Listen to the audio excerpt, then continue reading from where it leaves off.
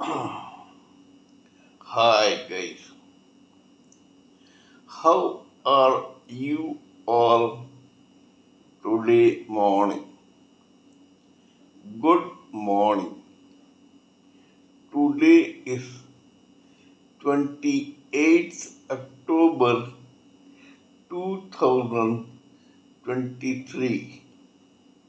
My name is TSV Raghavan and I live in Chennai, Tamil Nadu, India. This is my spiritual vlog on YouTube.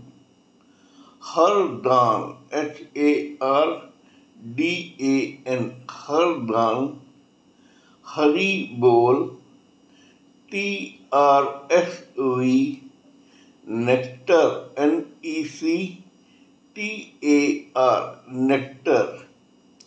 In this particular video, in this vlog, we will discuss as usual the knowledge and information that we have gleaned through the study of spiritual books, scriptures, contemplation on the material universe, and meditation on the spiritual universe. We have been doing this in every video of this vlog. Kindly subscribe to this vlog and press the bell icon so that I may keep reminding you of all my previous, present and future videos. So let us continue with the topic of discussion for today's video. In the past few videos, we have been trying to talk and analyze about three important factors that make or break the achievements or otherwise of every human living entity in the society, whether male or female. According to the world famous international icon and a person who is being emulated by many ambitious people, Mr. Napoleon Bonaparte, the Emperor of France in the 18th century, there are three major factors which are responsible for the achievement or otherwise of every average human living entity, whether male or female in this society. These three factors are: first, ceaseless ambition.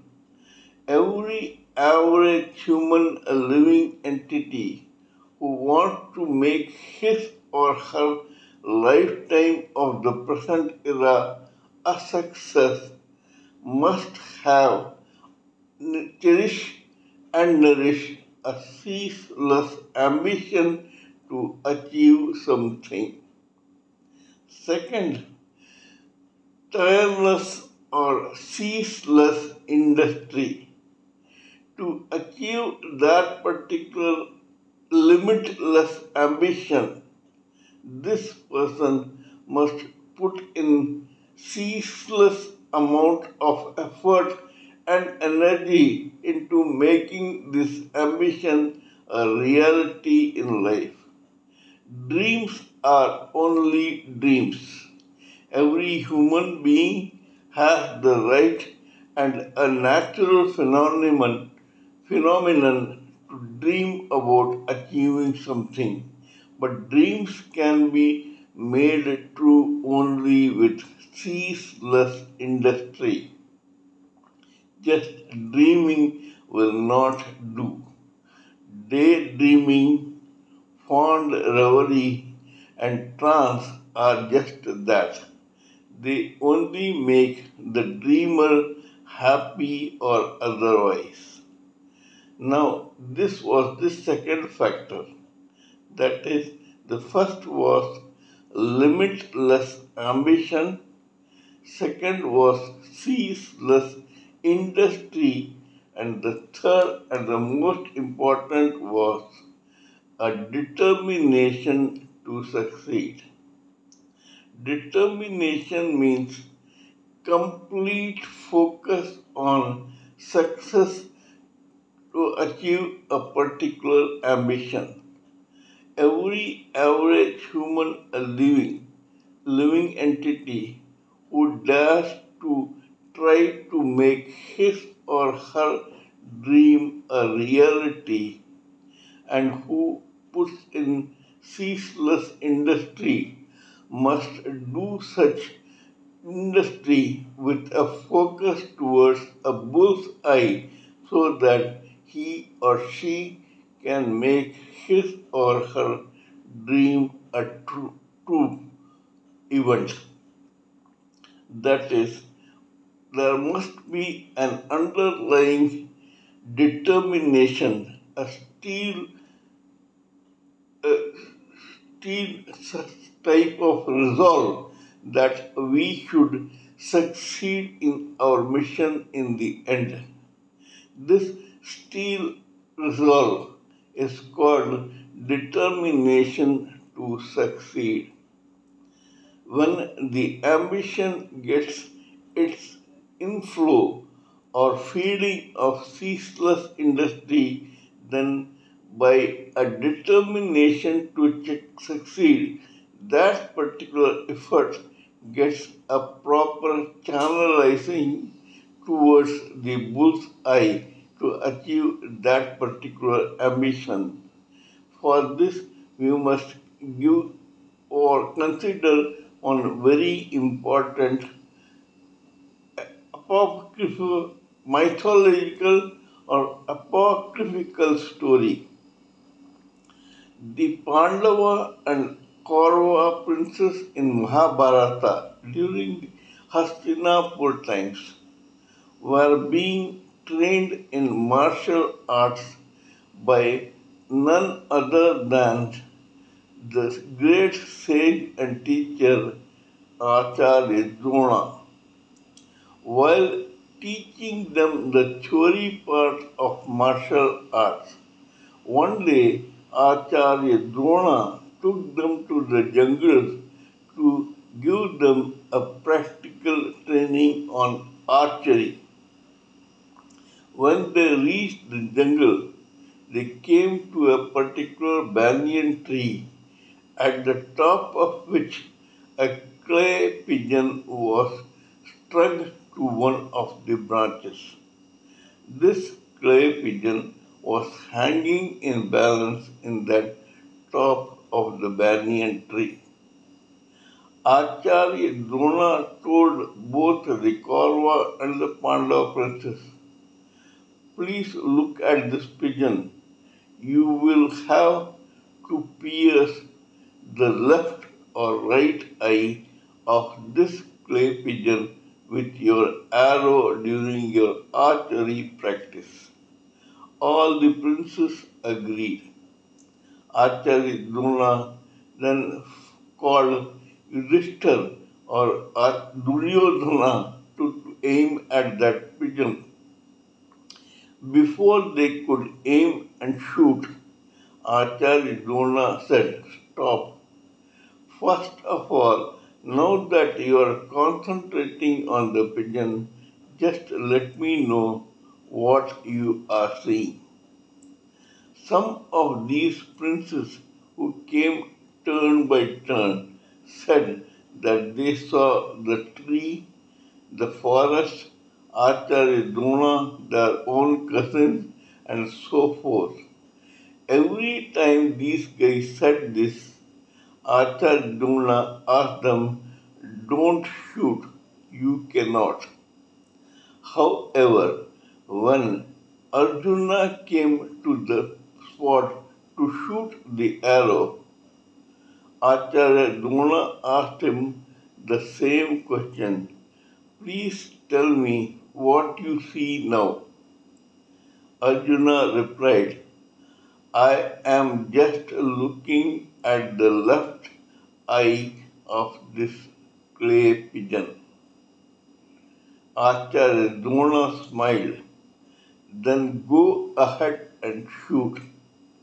Arjuna did so, and he succeeded in piercing that left eye. Acharya Drona said, this is the most important teaching I wanted to give all of you princes.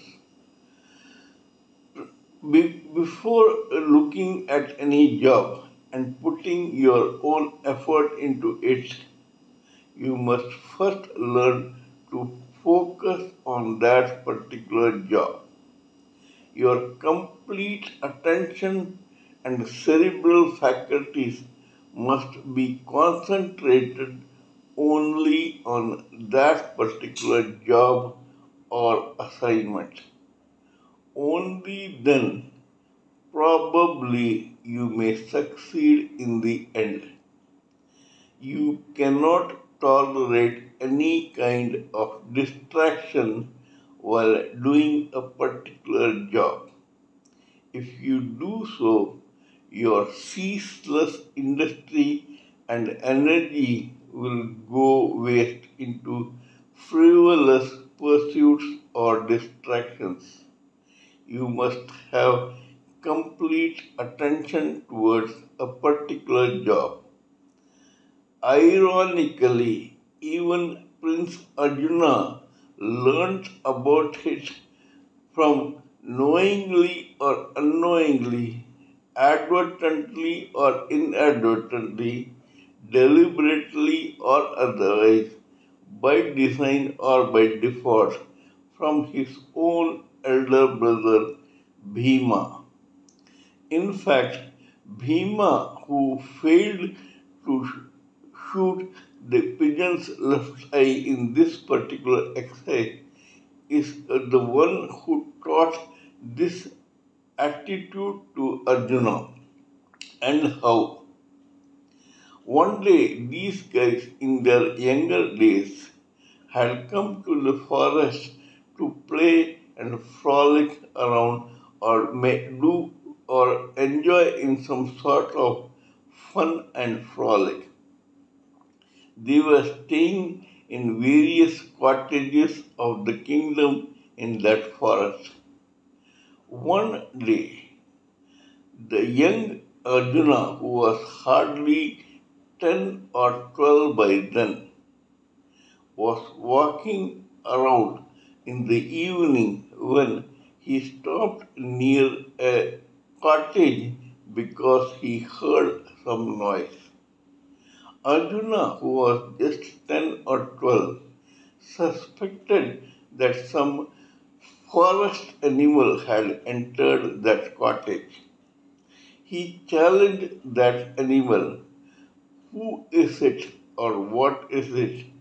Please tell me before I shoot my arrow on you. Immediately came a reply. Don't shoot, it is me. Arjuna was stunned. It was the voice of none other than his own elder brother Bhima. Bhima was sitting inside this particular hall in the cottage. Arjuna went to him and asked him, what are you doing here? Bhima said, I am eating. It was pitch dark at the time. One could not see his own limbs in that darkness, let alone look at any plate full of food. Arjuna asked Bhima, surprised, how can you eat in this darkness when there is no light and you can't even see your own hand? Bhima said, it is my habit to know where which dish has been kept in the plate, and so I don't make any mistake while eating my food. Everyone knew by then that Bhima was a glutton and he enjoyed eating. Nevertheless, Arjuna was surprised by this. He could not imagine that any person could be so brilliant that he could focus on the food on the plate and know where which dish was kept so that he could enjoy a good meal. Arjuna learned from this to focus on your particular assignment, to concentrate on your particular favorite assignment. Just like Bhim's favorite assignment was eating, Arjuna's was archery. From that day on, Arjuna concentrated and focused only on hitting the bullseye, and that precisely was the reason why he was allowed to pierce the left eye of a bird. We all must learn to understand and remember that unless we focus on a particular bull's eye, we cannot shoot a target. If we don't do that, all our energy and action to achieve that particular target will go waste. There have been several case histories which we have already discussed in this particular set of videos analyzing these three factors. Today we shall discuss about another such factor. It was in the mid 19th century that there lived one particular decent lawyer, a Tamil Brahmana from Tamil Nadu in India. Those days, Tamil Nadu was a part of the Madras province in India during the colonial rule. This particular person was a lawyer by profession. On 22nd April 1878, this guy got a son who he christened Sundaram Iyengar. T.V. Sundaram Iyengar became the full name of this particular baby. Nobody expected, dreamt, or visualized that this particular boy will make their initials a national and international legend in the times to come, because he is the person who made the initials TVS famous. TV were his initials and S was his old name, Sundaram Iyengar. T.V. Sundaram Iyengar was an average student who did his schooling and college during his period in Tamil Nadu. They belonged to some village called Tiruvangarikudi or so, and this guy studied there, and this place is near the temple town of Madurai in Tamil Nadu, India. Now, after graduating from school, this guy started to train to become a lawyer like his father. He succeeded in doing so and soon became a lawyer in the local court. But instead of continuing his practice as a lawyer, this guy stopped practicing and got a job in the railways in the government of India at that time. After working in the railways for some time, he got mentally tired of the job, resigned from his post, and joined a bank which was called Federal Bank during those periods. He joined there as a clerk. After some time, he outgrew his interest in working as an employee in that bank. At that time, destiny started smiling at him. He came across a very rich, successful, and affluent businessman who took a fancy for this young Sundaram Iyengar and gave him a small workshop to work on. It was an automobile workshop.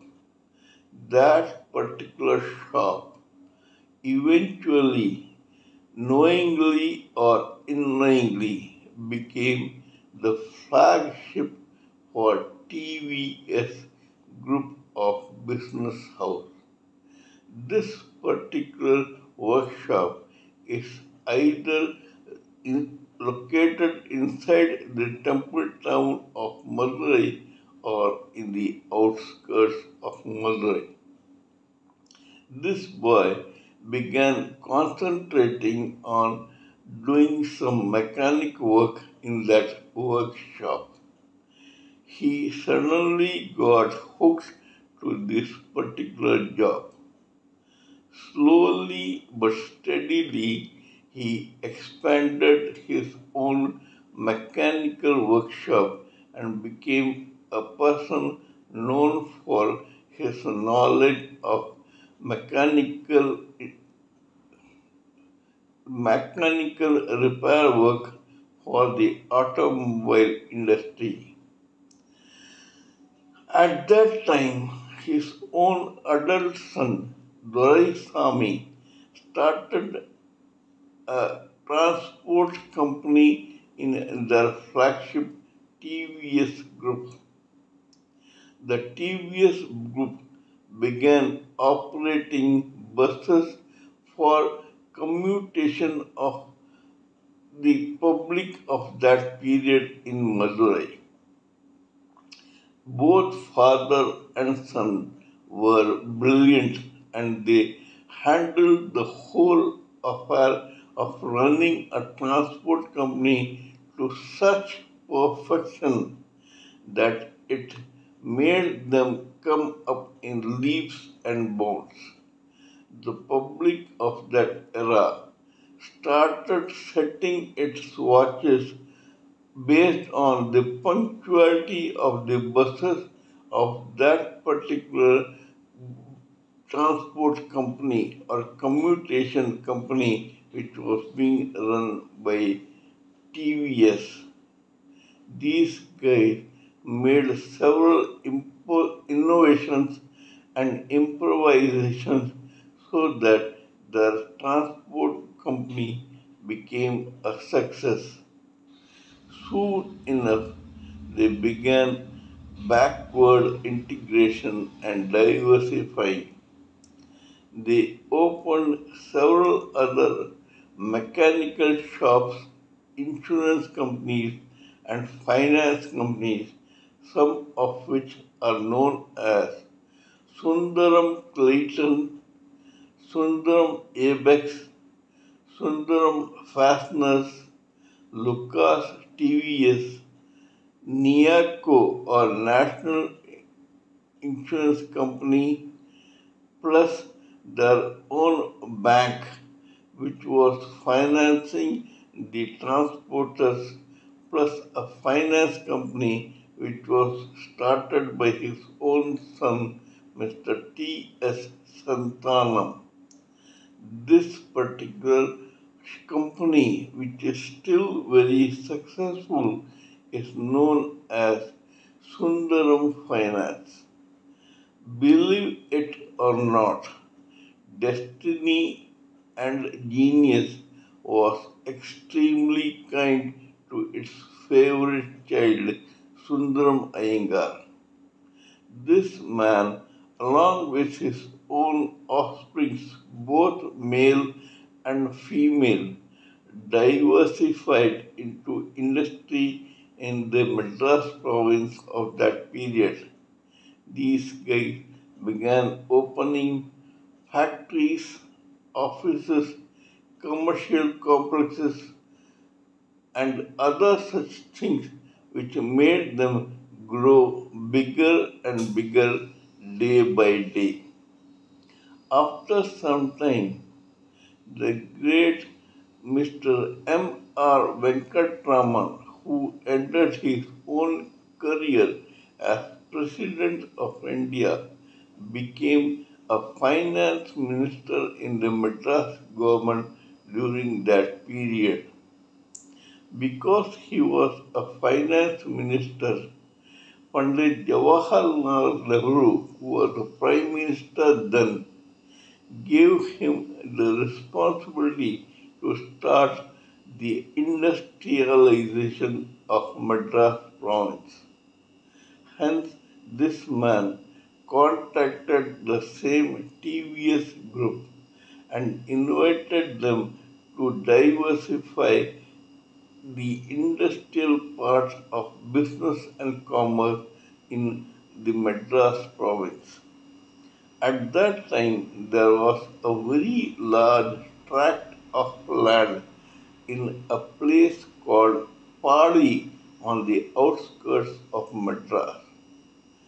Mr. M.R. Venkatraman asked Mr. T.V. Sundaram Iyengar to set up his own workshops, factories, and offices in this area, just like Akurdi near Pune had been given to the Bajaj and Firozia groups by the Maharashtrian government to start their own industrial conglomerate.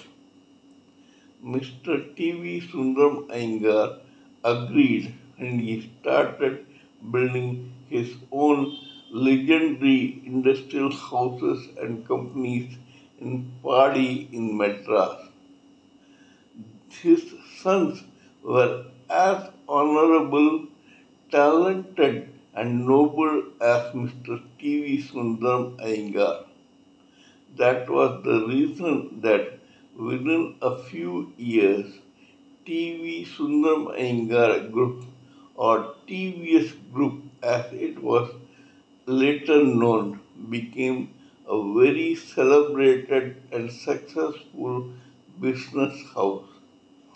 They had insurance companies, banks, finance companies, factories of all sorts in the mechanical line, a transport company, and an electrical company to cap it all. This electrical company called Lucas TVS plus another finance company called Harita Finance was mainly run by the women of that particular family or business house. Harita Finance and Lucas TVS was completely managed by them, that is, the women of that family, successfully. Some of their companies are TVS Fasteners, Sundaram Clayton, Sundaram Fasteners, Lucas TVS, Fidelity Insurance, Harita Finance, Sundaram Finance, and a motorbike making factory called TVS Suzuki, which was opened by one of his own grandsons, Mr. Venu Srinivasan. During this time, there was another industrialist who was the owner of a group called the Simpsons. These people were running an engineering company which later got amalgamated to the TVS group, which was already famous as an engineering conglomerate when Mr. Venu Srinivasan married the girl from that Simpson group. Thus, these people had another feather in the successful cap of industrialization of Tamil Nadu. Most of these people's factories or industries are running very well, very efficiently, and with meticulous perfection even today. The TVS Suzuki motorbike is one of the most profitable and profit making companies in India, which is contributing not only to Indian currency and taxation but also to foreign currency through its own exports. They became so famous that the business group called TVS was a person of respect, reverence, and worship in the dockyard and the airport also. The imports and exports by this organization are usually given a green channel by the customs officials of both air cargo and sea cargo because they know that these guys are in fact more honest than the average business houses. They pay the taxes very religiously and with a conscience, and so no kind of fraud can be expected or feared from their end. All this happened only because of the ambition of one Mr. T.V. Sundaram Iyengar and his own offspring, their ceaseless industry to achieve that dream or ambition, and their own determination to succeed in this particular endeavor thanks to their focus on the bull's eye, just like the Prince Arjuna in Mahabharata. We must all get an a leaf out of the biography of not only Mr. T.V. Sundaram Iyengar but also his own family to know how we must go about fulfilling our own dreams and ambitions. We must learn from their own endeavors and become as special or as dynamic as these people are even today. If we want to achieve something, we must follow these principles to the T. And these principles are have a ceaseless ambition, a limitless ambition, a ceaseless industry, and a perfect ironclad determination to succeed in our own dreams and ambitions. This is all I wanted to talk about in this particular case history of the TVS group. Kindly let me know what you think of my talk on this particular subject. Please give me your own expert opinions, thoughts, ideas, and views so that I may blend everything together for the sake of this society. Before concluding, let me remind you that I am also a published author with Amazon Kindle and paperback. I write on spiritualism, fiction, and assorted subjects. Spiritualism happens to be my favorite subject. Till we meet in my next video, it is good morning from TSV Raghavan.